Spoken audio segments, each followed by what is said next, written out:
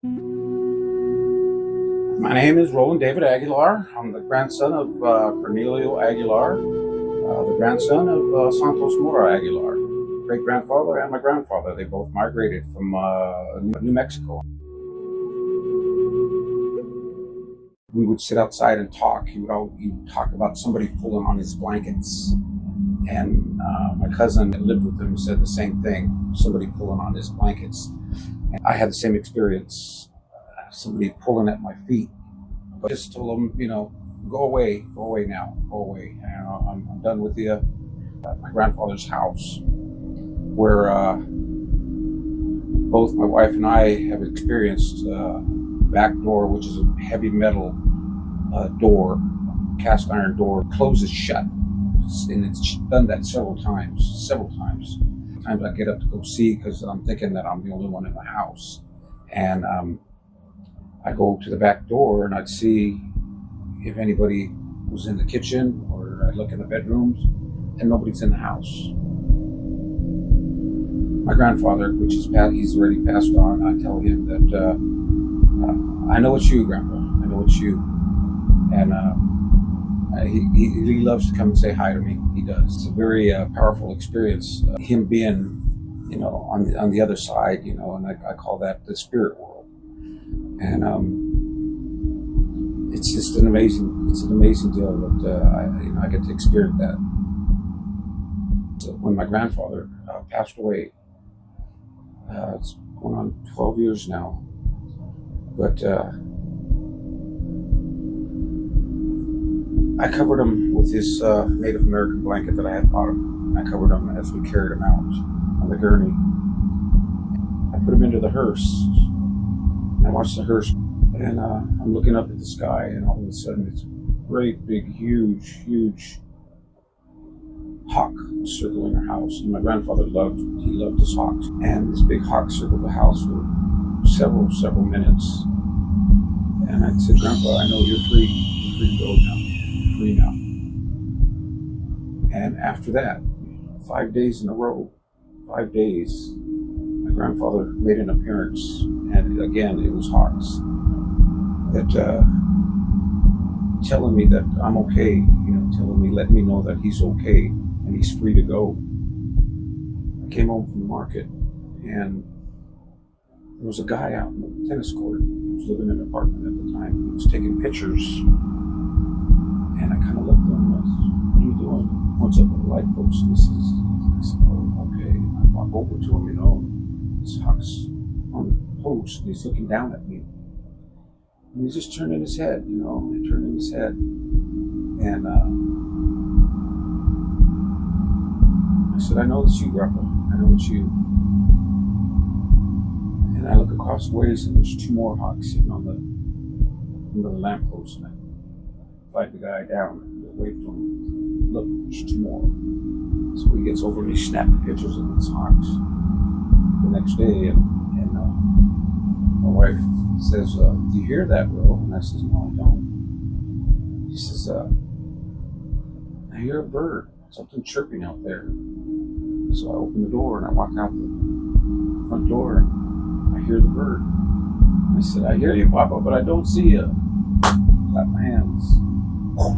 Goes this hawk, flying out, back over to the tennis court, lands up on a light post.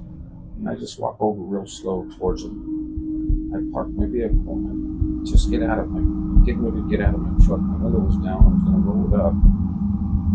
And I hear these wings flapping, and all of a sudden I see a big, huge hawk fly into a bush, feet first, and he grabs whatever was in there. I was lucky enough to get him on camera after he pulled out a huge rat,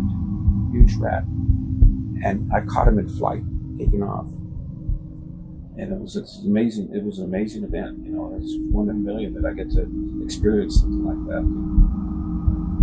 I was really touched by that, to get him on camera. And he takes off. We've got the rat in his foot. You can see the rat in his claw as he's taking off in flight. And what a treat that was, Grandfather was an amazing man. him telling me his stories of what their journeys from New Mexico, what they encountered, what they did. It was beautiful, and he always talked about buried money. It's a place called Swanee, New Mexico. And my cousin Jimmy said, I would always tell him, there is no Swanee, Mexico. You're making it up, but there is a Swanee, Mexico. Buried and gone, houses, buildings moved into that area, but just the journey that they encountered. We called it what they called a section. When they would go farming and picking fruit, whatever they had to do. They would pick up these little bungalows and they would take them to the next section, the next city or next town, wherever they were going. And he called it the section. I don't have any bad spirits, good spirits here to make sure that there's nothing here to harm us. Something paranormal happens, something, my wife says that she feels the presence of somebody when she's washing dishes, and she knows it's my grandpa. But I know today that when my time is called, I'll meet my maker and go to the other side. I know he's going to be there waiting for me. I know that for a fact, and I don't worry about if I were to get sick and I were to go. My life is pretty much complete. My kids have been raised and they're raising their own families today, and it came full circle. My sobriety date is March 1st, 2019. I haven't had a drink since. Amazing new life, and my dream. And they talk about it in a program that I'm involved in, which is Alcoholics Anonymous. They talk about a spiritual awakening. And a spiritual awakening for me was that I had a dream one night. I don't know if it was my grandfather, if it was my mom, or who it was. But in my dream, they were telling me, you're free to go now. You're free to go now. The chains have been broken in my life. Other people that are, I get to carry this message to, that my spiritual experience, my experiences with the other side and, the spirit world. The presence of the spirit is very powerful here, very powerful. It makes his presence. My grandpa always makes his presence, And I know it's him. How does it happen? It doesn't happen by accident. It happens for a reason. And I know that today. The strength and power. Because when you see a hawk, the way I seen that hawk come down, that's powerful for him to catch something in mid-flight and take it. It's just how I feel. I'm going to represent who I am. I get to work for Sam and Well. I get to work for a private security company and carry a firearm. And I wouldn't be doing that if it wasn't for my sobriety. Reach for something better. Keep reaching for higher ground. Don't settle for just okay. I've done a lot, experienced a lot in life. Absolutely amazing. And if you don't think it's going to happen, think again, because eyewitnesses, I see it every single day of my life. You don't have to go down that path. I guarantee you, it's a living hell. It's a living hell. I've been there and I've done that, and I don't ever want to go back.